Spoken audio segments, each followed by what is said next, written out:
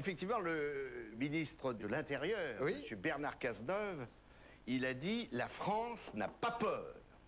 Oh là. Il a raison, le petit nanar, parce que vous avez vu, il est tout petit, Cazeneuve. Il est encore plus petit que Ah bon Sarkozy. Ah oui. Il y a eu un rabotage dans la classe politique.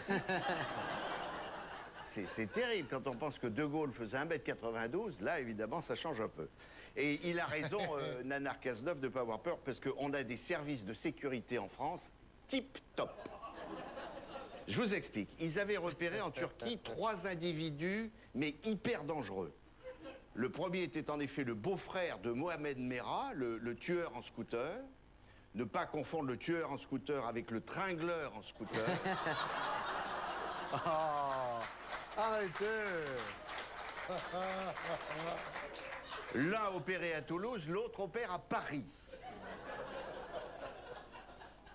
Mais le second des fameux terroristes était aussi un ami intime du même beau-frère. Parce que le djihadisme, il faut le savoir, ne se transmet pas de père en fils, mais de beau-frère en belle-sœur. C'est un truc de beauf.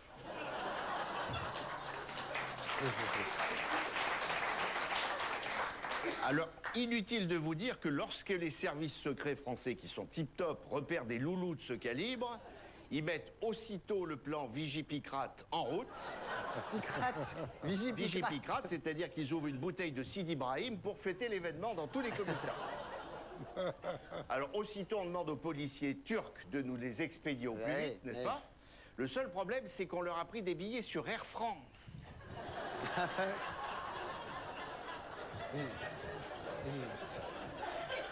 Et que tout le monde le sait depuis quelque temps, il y a plus de vols en une nuit à la Courneuve qu'en une semaine à Air France. C'est comme ça. Et comme EasyJet et Ryanair sont surbookés grâce à la générosité des pilotes d'Air France qui font le maximum pour aider la concurrence, les Turcs leur prennent un billet pour Paris sur Pegasus Airlines. Pegasus. Ouais. Pegasus. Ouais, où il n'y a pas de siège, on vient avec son pliant. Sauf que le commandant de bord de Pegasus Airlines refuse d'embarquer 3 types aussi dangereux. Il se dit, moi, je suis pas fou, je me mets pas 3 terroristes derrière moi. Alors, pas comme sur Air France, où vous savez comment ça se passe sur Air France. On leur dit, vous êtes terroriste? Oui, je suis terroriste. Bienvenue à bord. Armez les toboggans, on va atterrir. Finalement, les Turcs, les policiers turcs finissent par leur trouver un autre vol sur Pegasus Airlines. Pendant ce temps, notre Fouché des temps modernes, Bernard Cazeneuve, leur a préparé un comité d'accueil hyper musclé à Orly. Sauf que le vol où on leur a enfin trouvé de la place, il n'arrive pas à Orly, mais à Marseille. À Marseille, où ils débarquent sans personne pour les accueillir. Ils arrivent, ils passent le contrôle, ils disent, il n'y a personne, oui, il y a personne. Il n'y a vraiment personne, non. Ce qui fait que nos 3 dangereux terroristes sont pris d'angoisse. Parce que se retrouver seul à Marseille... Ah bah il connaît bien. Attends, François-Olivier Gisbert, il connaît bien. T'as pas le droit de dire ça. Mais si, c'est vrai. T'as pas le droit. On adore Marseille. C'est quand même le pays de Jean-Noël Guérini et Ouais, ça... de la Macron, donc ça T'as vu rigole le pas. score qu'il a fait au sénatorial? Admirable. T'as pas le droit de dire ça. Bon, bref. À mon avis, vous buvez des boissons anisées avec Jean-Noël Voilà. Guérini. Bref, le petit nanar Cazeneuve, qui est au courant de rien, un peu comme Copé et Sarkozy avec Big Malion, c'est le type, il sait rien, il les cherche désespérément, les 3 terroristes. Il se dit où ils sont. Alors que nos 3 djihadistes, ils sont comme tout le monde, ils sont au Duty Free de l'aéroport de Marseille-Marignane.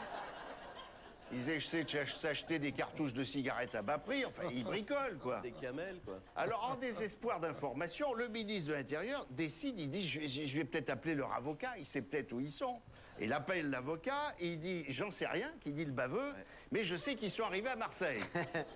Et le ministre leur dit, sans vous déranger, monsieur l'avocat, est-ce que vous pourriez leur dire de bien vouloir aller se rendre à la gendarmerie la plus proche? Ça nous éviterait des problèmes. Ce qu'ils font, les djihadistes, dans les heures qui suivent, ils se rendent à la gendarmerie du Kellar dans l'Hérault, sauf qu'en arrivant, la gendarmerie est fermée. Tout ça est vrai, hein, tout ça est vrai.